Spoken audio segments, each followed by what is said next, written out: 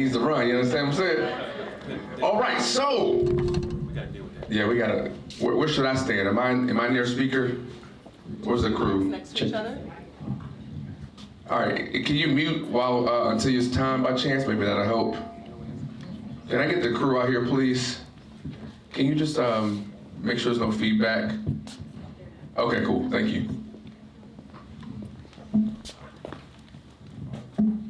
If I was at church, they would say, we want to do things in decency and in order. So we gotta make sure it's right. Where you even stand? That's what they say. Leah, yes, come on, Miss Lay Wills, right? Is that right? Come on up. We'll have her sit right there. So this young lady, produced the soundtrack for the film.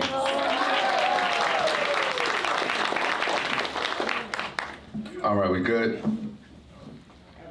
So I want to start. I took a few notes for you, Dale. So first of all, how do you feel being in Charlotte, having the premiere here, after seeing the film? I know you've gone through editing, you probably watched it 1,000 times, but what did it feel like to sit here on the front row and watch your production?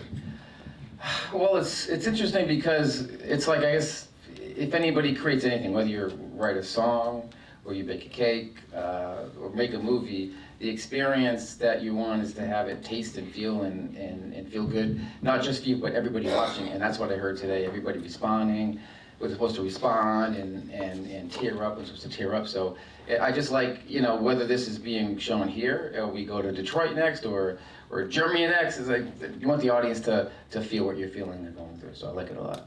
That's awesome. So listen, I met you all outside, but I don't want to take it for granted that everyone knows who you are. So let's go through introductions first, and then I'll ask a few more questions. Is that cool? So you play Becca. Well, hi everyone, my name is J. Tasha St. Cyr. I am one of the producers, creative producers on this project. And I also did play Becca, Darren Blackstone. Supposed to marry that girl. Yes, and I had the pleasure of, I believe, casting about good 75–80% of the cast you saw on there. I had my hand on picking these lovely, talented, amazing people alongside Jason Devon, yes. That's awesome. Give it up, give it up. The voice of the film.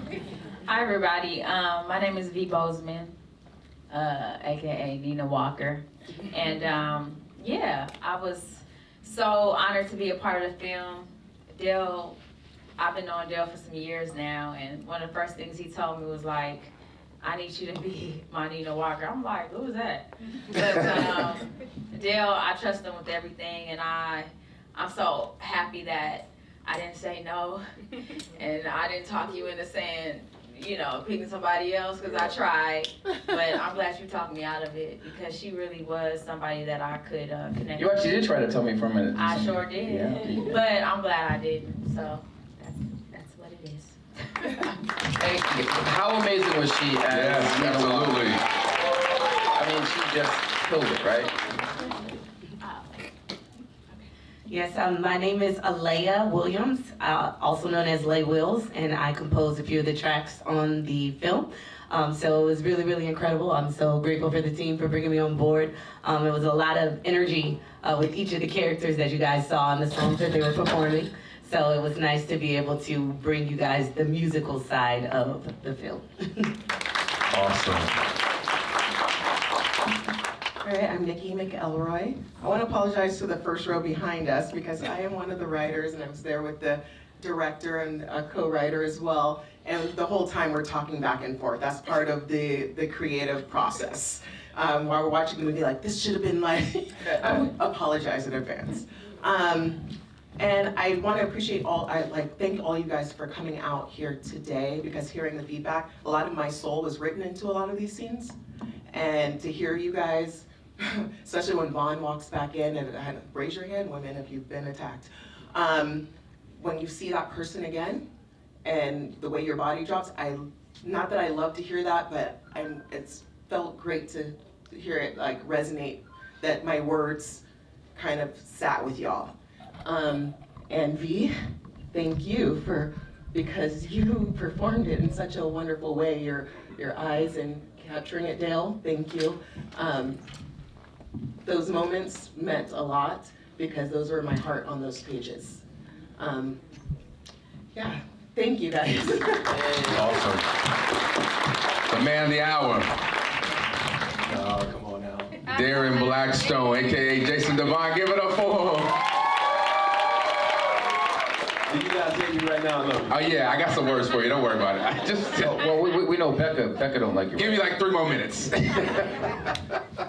But no, it was wonderful being a part of this project. I really thank Rage for allowing me to be a part of this project, and Jay Tasha. And then it was amazing working beside V and Eric. Right? It was amazing, guys. This whole experience for me has been a wonderful experience. A lot of you guys know I'm new to acting, and to have such great opportunities, man, it's a blessing. It's a blessing. It's a blessing to have my friends and family come out to see and support, man. It's a wonderful thing. It's awesome, man. Give it up. Give it up. So I want to hop into something that Nikki talked about, but I want to get it from V's standpoint. How deep did you have to dig to pull those difficult scenes off? There are a few scenes that were very, I'm sure, triggering for some in the audience, traumatizing, maybe even for the cast themselves. So what did you have to do to make sure you can pull that off and pull it off the way you did?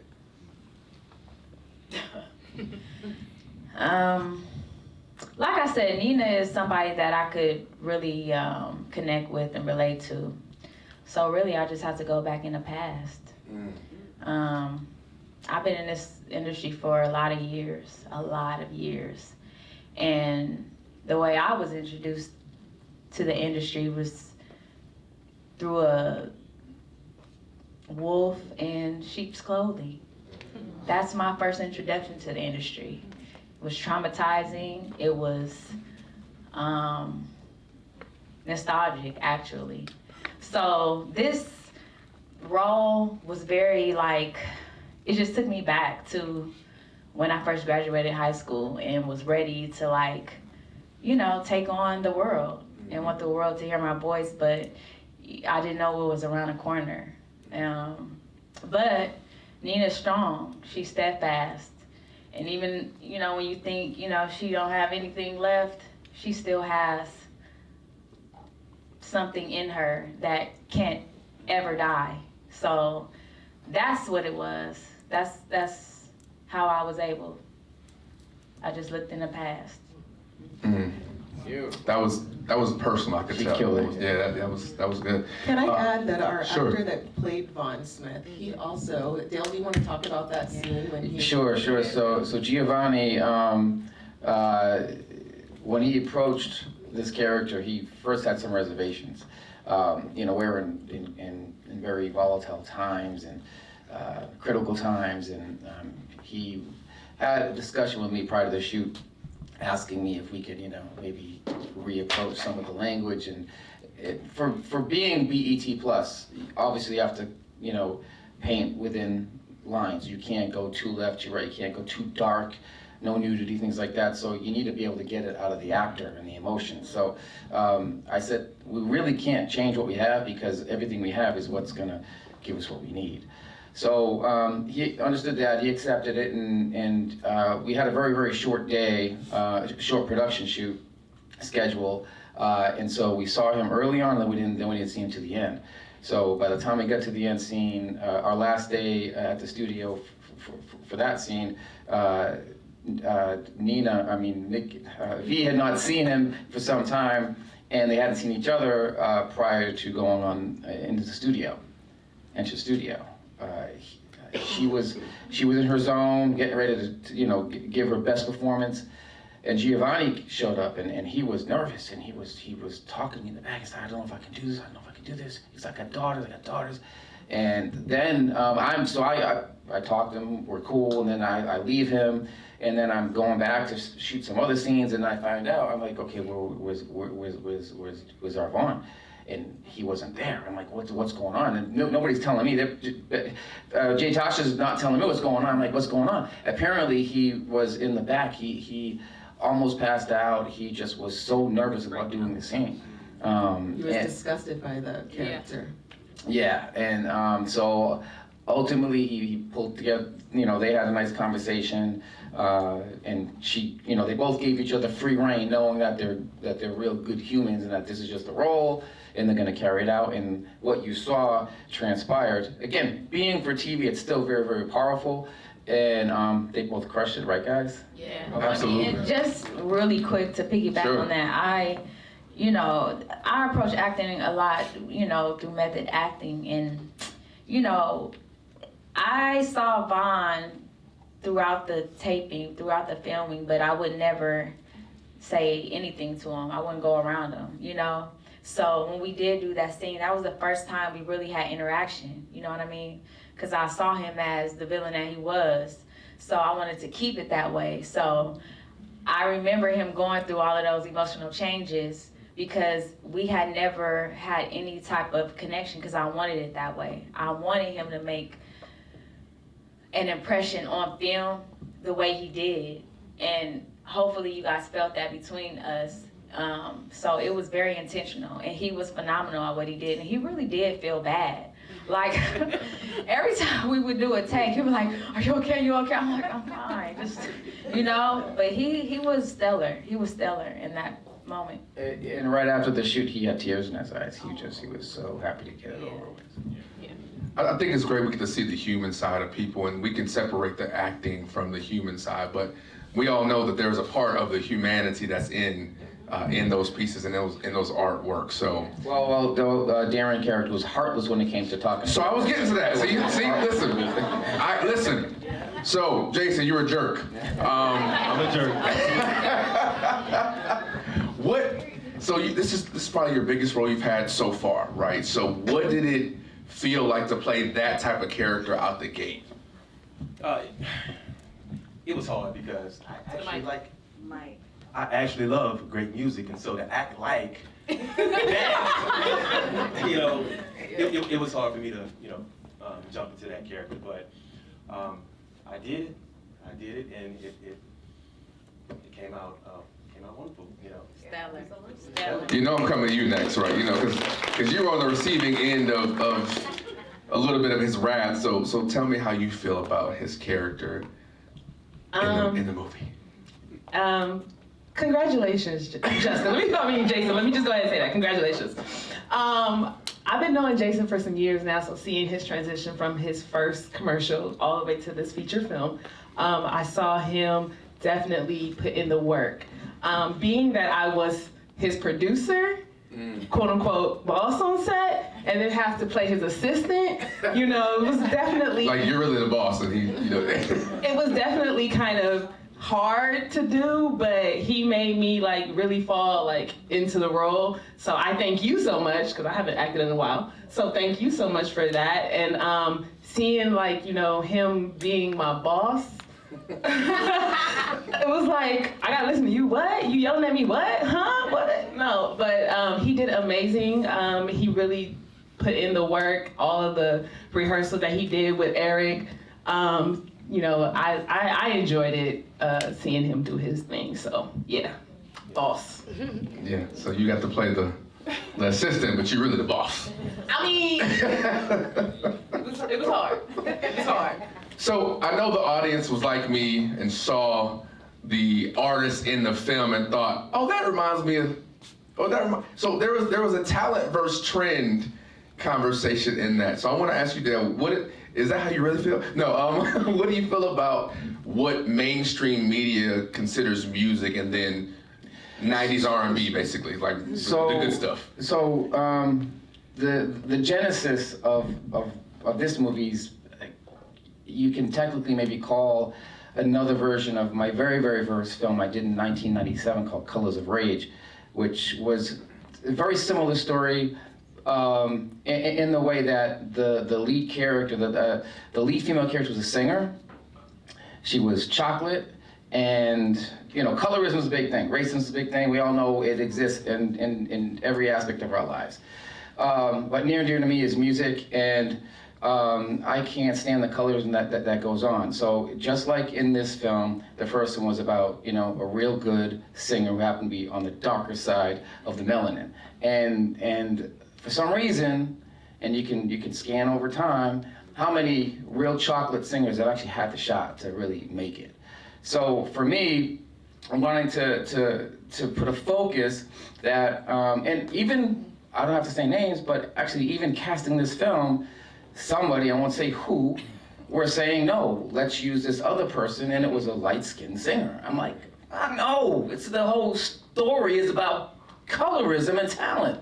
So, nothing to knock pop music and trap and the vibe music that's out there now, because everybody has something that they like. But for me personally, I wanted to make sure that this story was told, and that, you know, colorism's real, racism's real, and I just want to make sure that no matter what kind of music you like, you know, it's all good. But someone that looks like this does not need to be turned away because somebody in a marketing department doesn't feel like they can sell enough records because someone's too dark. Can I add to that? Uh-oh.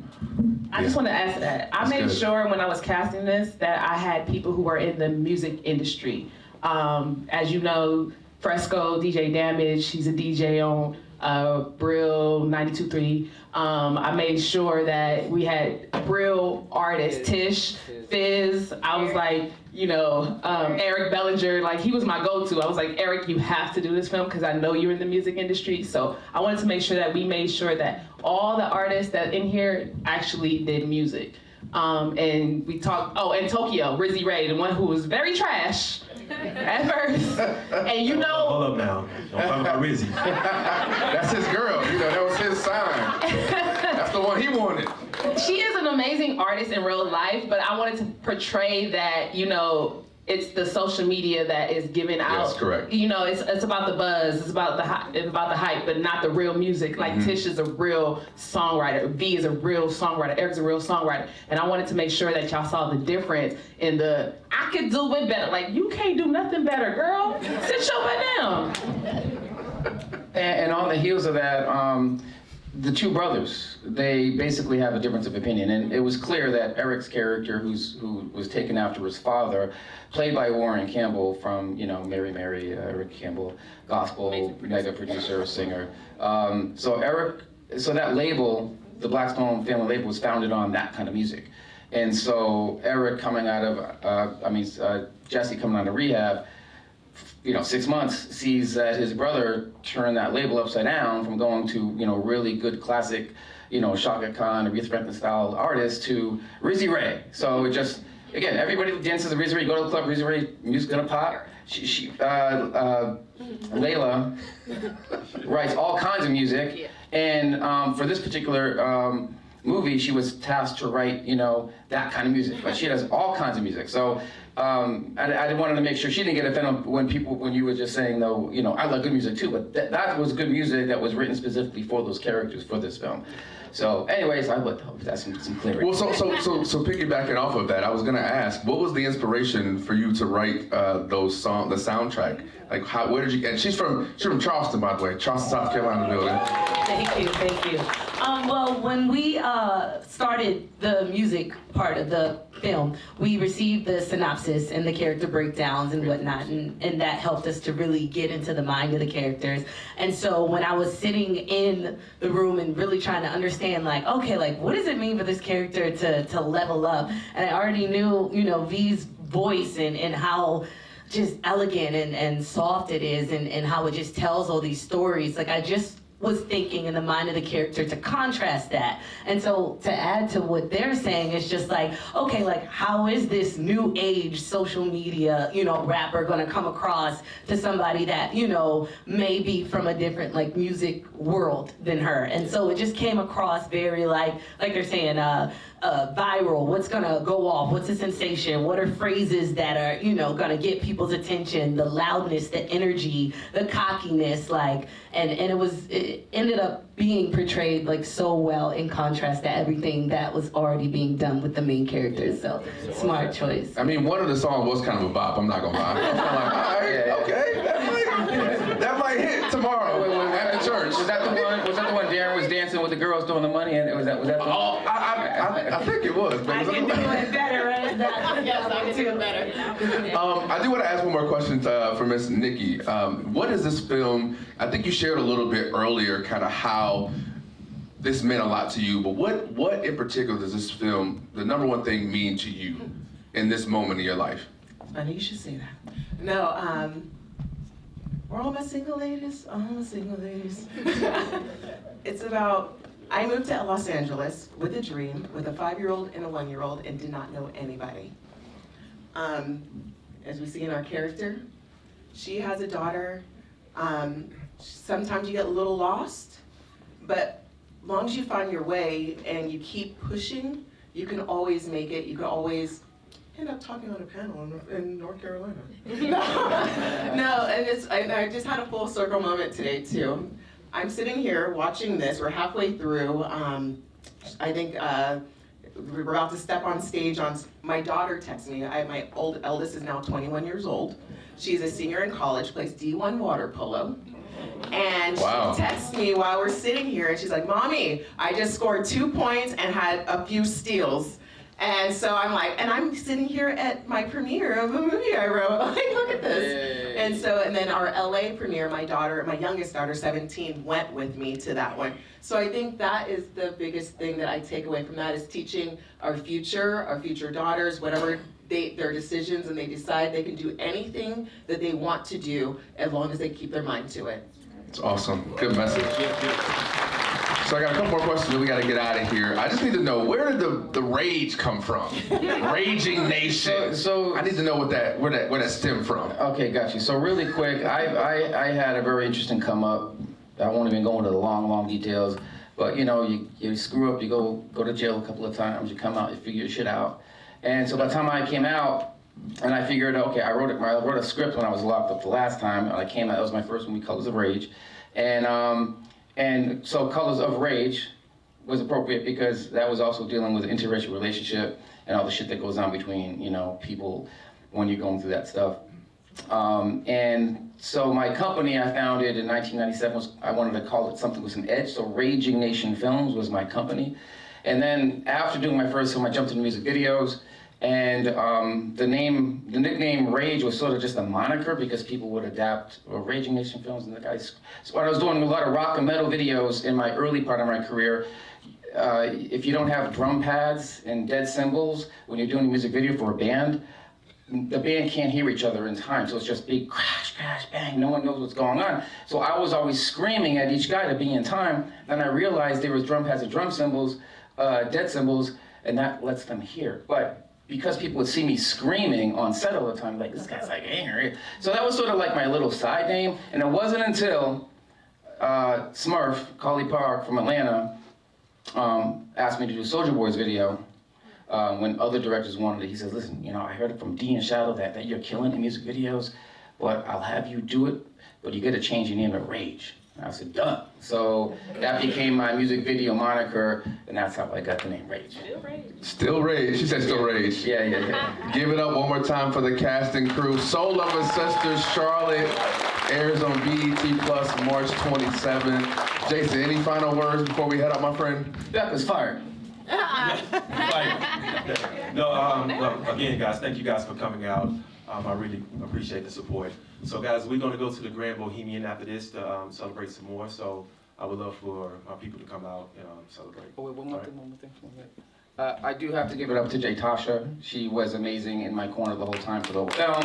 And she, not only with the casting, but also with the on-set drama that happens in any production, she made sure that my back was always covered. So, hand to Tasha. Thank you. Oh, I had to make sure the music was on point too, because I had to, had to bring the color.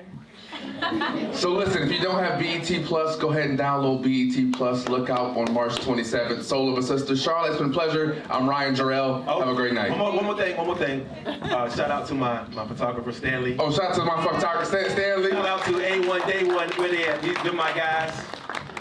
A1 Day 1, y'all still here? They go? Okay. Shout out to Jason Devon. Shout out to Jason Devon. Let's go. Congratulations. Shout out to my host, Ryan. I appreciate you. My pleasure. Everybody who's involved. All right, see you guys. Thank you all. Have a great night.